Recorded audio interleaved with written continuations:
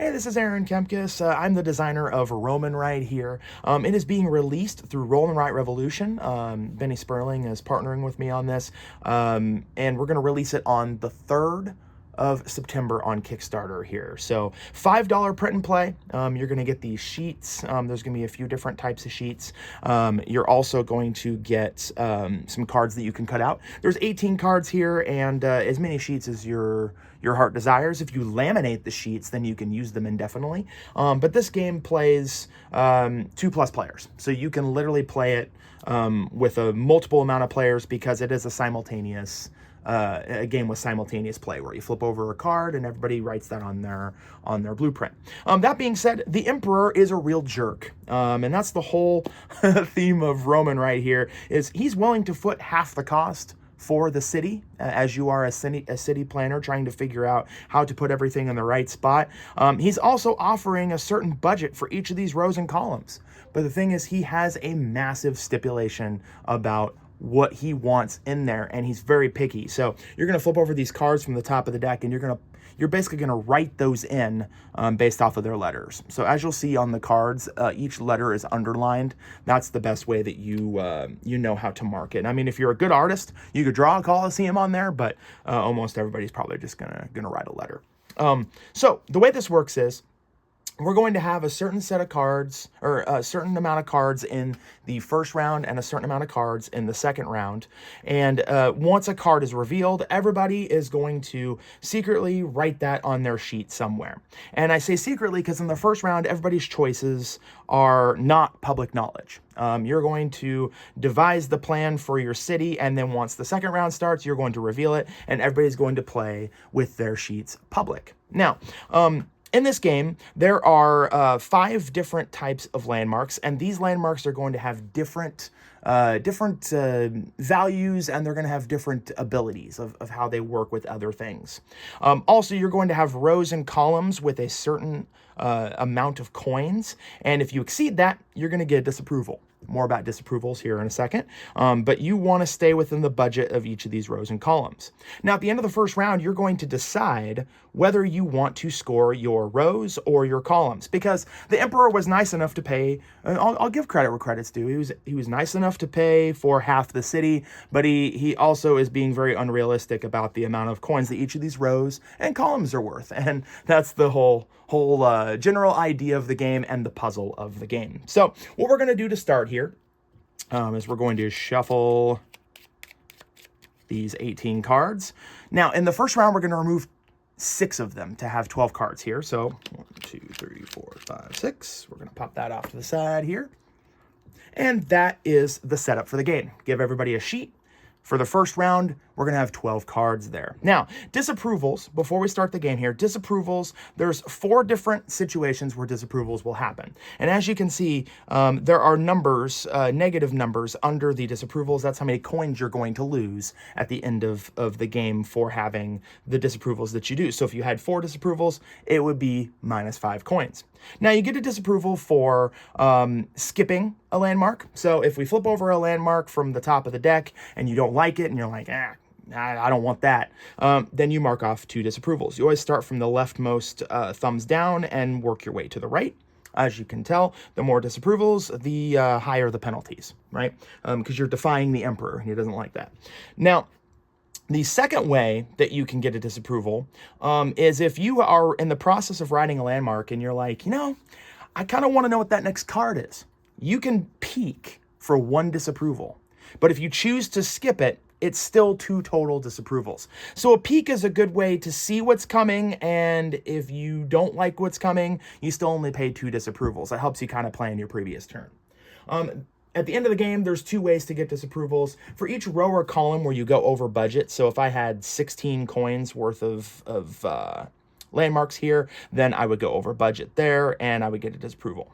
If I have 3 of the same landmark in a row or column, then I would also get a disapproval. Now, that's the gist of the game. I'm just going to go through what the different buildings here do, or the different landmarks, and then we'll get started here. So aqueducts are worth 2 coins, and any touching aqueducts are all worth 4 coins. So you don't want aqueducts touching at all. You want them separate.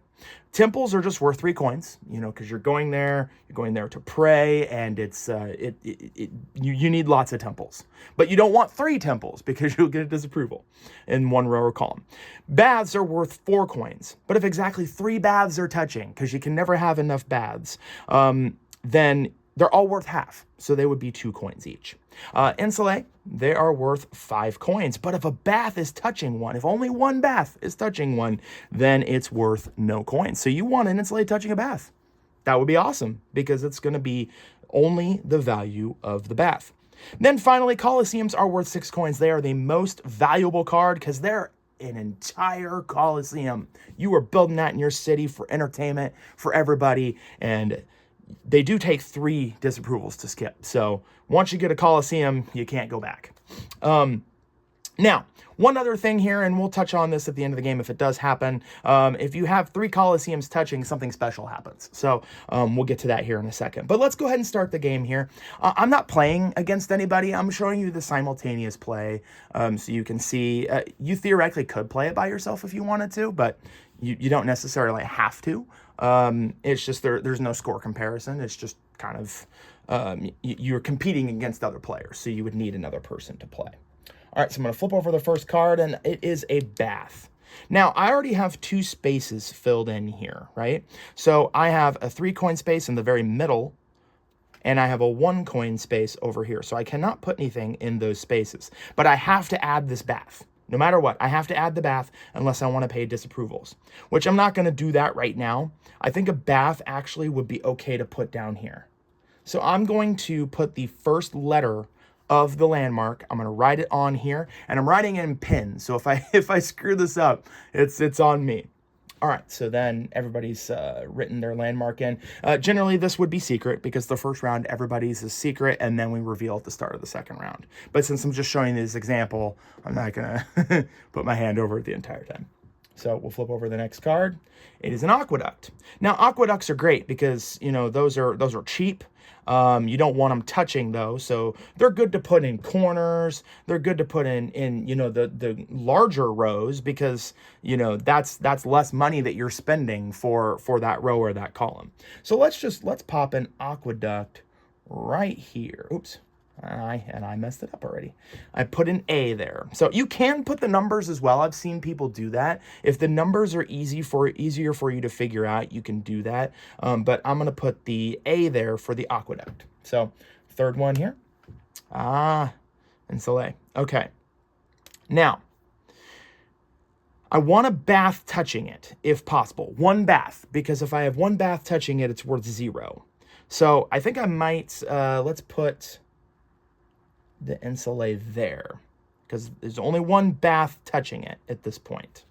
Now this makes this pretty important to get some good things in there because right now I'm at 4 coins and that's 0, but if another bath is forced to be played around it, this goes back to 5. So that's kind of risky, but I'm going to try it here.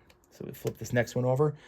It's an aqueduct. Now, we don't want aqueducts touching each other because if they are next to each other or diagonal to each other, so adjacent or diagonal, they are going to be worth 4 coins. So I want to pop an aqueduct somewhere else entirely. So I'm going to put one there. And that's not adjacent because there is that 3 coin space in the middle there. So we're going to flip over the next one. An insulae. Okay. Now, if only 1 bath is touching an insulae, it's worth 0. So this is an awesome way to show you a technicality here. So only 1 bath is touching the insulae. So only 1 bath. It's only 1 bath here, only 1 bath here. So both of these are technically worth 0 at this point. All right, we got another bath. Okay, so now I kind of want to get some baths in a cluster because I want to see if I can get them to be worth 2 coins. So I'm going to pop a bath over here. Let's try that. Okay, flip over the next card. Oh, it's a Colosseum. Okay, so this is where things get very interesting because the Colosseum is worth 6 coins. I actually might do a disapproval here to peek at the next card right now just to see. It's an aqueduct. Okay. So I'm not going to skip that aqueduct because that would be pointless. I would just, lose more coins.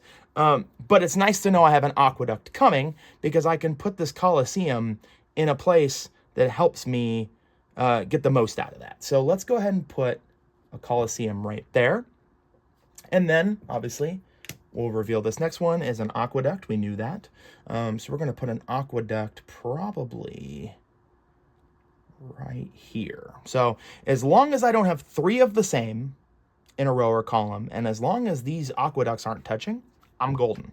I just don't want to put an aqueduct here, here, here, or here. Okay, ooh, another Colosseum. That is brutal. Okay, so this Colosseum, we can pop in this one right here. The good thing about this, actually, is this Colosseum right here, depending on whether I score columns or rows. But this Colosseum right here makes this only worth 10, because that insulate right there is worth 0 right now. So I'm going to get a good amount of coins doing it this way if I choose to do so. And then the third to last one is a temple. Okay, so temples are good to just throw into an area. And I actually think in this situation, I'm going to throw a temple. Let's throw a temple here. Because this column right here is going to be really good. It's going to be really awesome. And another temple. Okay. Actually, I think let's do this. So I think it's pretty obvious at this point what I'm planning on doing. I'm going to be scoring columns, because this right here is 3, 6, 8, 10, 13. That gets me 12 coins, because I'm under budget. 12 coins on this column. And then the final one is an insulate. Okay. I like that, because I can pop this insulate right here. And guess what? It's worth 0, because it's touching only 1 bath. Okay, so now I'm deciding which one I want to score. I want to score columns or rows. I'm going to choose to score columns. Okay, so then we'll take these cards. We're going to do a quick shuffle here. And then this time we have, as you can tell, 1, 2, 3, 4, 5, 6, 7, 8, 10, 11 more spaces. So we're going to take 7 cards out for the final round. And then play will continue. And at this point, everybody would reveal their sheet, or their blueprint sheet, so everybody can see what's going on here at this point. So I'm going to flip over that first card, and it is a bath. Oh boy. Okay. So I think what I'm going to do is I think I'm going to throw a bath probably here. Let's throw a bath there. I'm hoping to get 2 more baths here. Oh, it's a Colosseum. That is brutal. That is brutal. Okay, so I could go 2 routes here. I could try to put a Colosseum there, knowing that that could potentially put me in a bad spot. But if I got another Colosseum, I could just cancel one of them out. Or I can put a Colosseum in an entirely different area. But I kind of want to keep the Colosseums in the middle here, just because that's where the majority of the budget is. You want them in the center of the city. So I'm going to take a chance here. We're going to do that. And it's a bath. Okay. So we're going to do a bath here. I think. Not the best choice, but if I get the 3 baths touching each other, it will cancel out the potential of that. So I'm going to flip this here. Oh, it's a Colosseum. That was a bad choice. Okay, knowing what it's going to do to me at this point, I'm actually going to spend the 3 disapprovals that it says right here to skip that Colosseum. That's way too many Colosseums at this point. All right, we're going to flip it over. Another aqueduct. Okay. So I'm going to pop this aqueduct over here, because we haven't really done much with that top corner. And an insulate. Okay. So I think I'm going to pop an insulate right here. Because if only 1 bath is touching an insulate, it's going to be worth... it's going to be worth 0 coins. So at that point, I might just give up the multiple baths in a row here. And there's the bath. Just to tempt me. Just to tempt me. Okay. So 4, 8, and 10. I'd still get 15 here. Or I'd still get 5 here, because I'm 5 under budget. But if I put this bath here, this goes back up to 5. I lose I would still gain 2 coins there though, I believe. So let's put the bath here, because that means I now have exactly 3 baths touching, so they're all worth 2 coins instead of 4. But this is starting to get kind of scary because I have a lot of choices here. Okay, just to prevent another enslave from going there, let's go ahead and put a temple there. And another temple, look at that. Another temple. So I'm going to throw the lower value stuff over here. And another temple. Nice. Okay, so let's throw a temple here. And what's the last one? It is a bath. Okay. It's a bath. Interesting.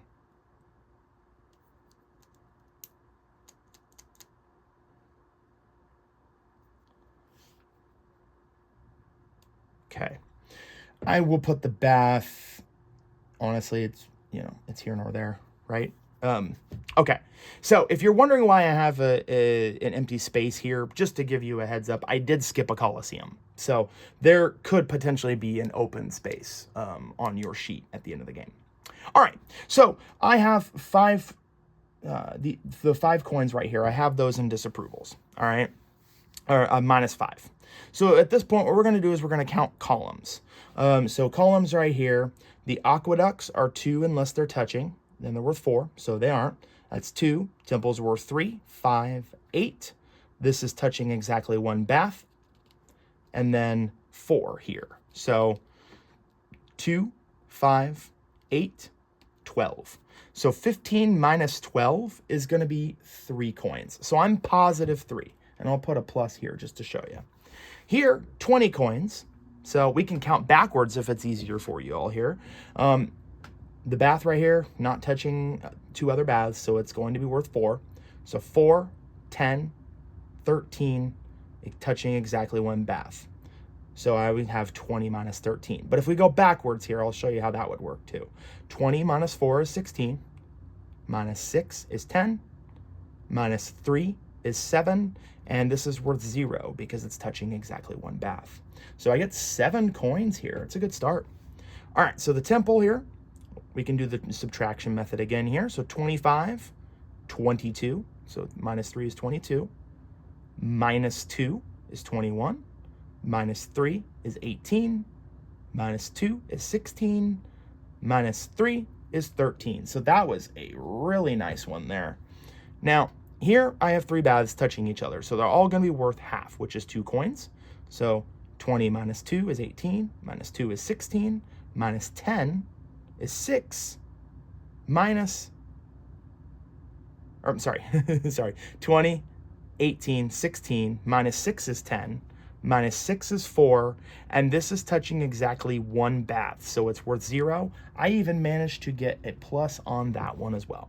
All right, this is touching 2 baths, so it's going to be worth its full value. So 15 minus 5 is 10, minus 1 is 9, that's worth 2 because it's touching the 3 baths, minus 2 is 7, minus 2 is 5, minus 4 is 1. So I was positive on every single column. So that was a good choice at the beginning of the game. But I also am going to lose these 5 coins here. So I add all this up, 10, 23, 27, 28, minus 5, and my final total is 23 coins. So I managed to stay under budget by 23 coins. Whoever manages to stay under budget by the highest total will win the game. And this is Roman Rights, basically a rehash of a game that I entered into a contest way back in 2022 called Budgetopia. So if you remember Budgetopia, this is the evolution of Roman Right, and I hope you all go and back this on Kickstarter for the $5. You get the sheets to print out and you get the cards to print out. All you need is a pen and the paper. So thank you so much for looking at this in advance. If you made it this far, love you guys, and hope you have a good day.